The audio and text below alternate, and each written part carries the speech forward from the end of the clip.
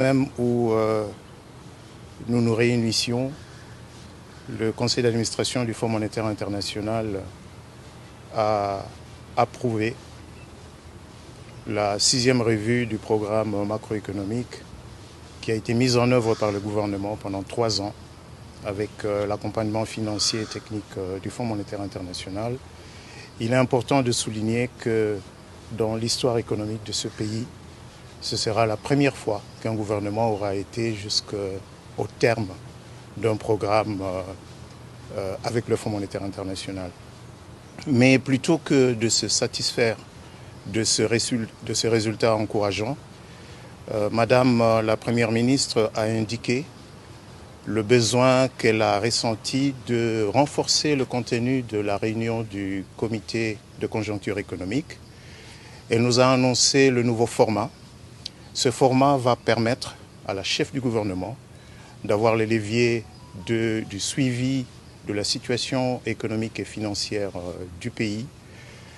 et le tout dans le but spécifique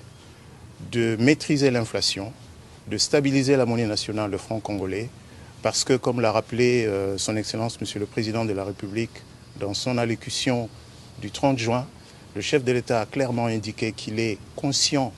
des difficultés des ménages congolais, des citoyens congolais, et qu'il a instruit le gouvernement de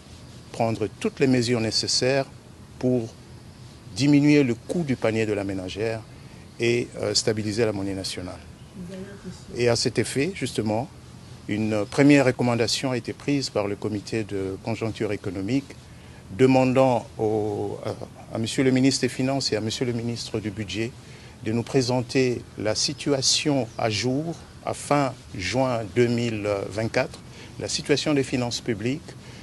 de la manière la plus exacte possible, la situation de l'endettement. Le comité de conjoncture économique a exprimé sa détermination à faire preuve de courage politique pour que les mesures essentielles soient prises, tant du côté budgétaire que du côté monétaire, en pleine coordination entre le gouvernement et la Banque centrale du Congo.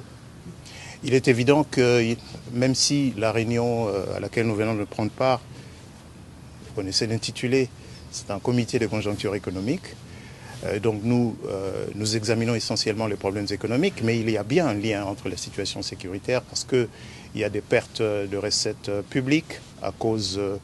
de la présence de ces forces négatives à certains points d'entrée dans notre pays. De la même manière qu'on note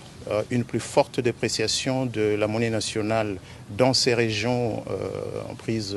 à ce conflit. Et le gouvernement, tout en maintenant les efforts qu'il fait déjà pour soutenir l'effort de guerre, le gouvernement va prendre toutes les mesures nécessaires pour soulager la situation économique de nos concitoyens dans ces zones.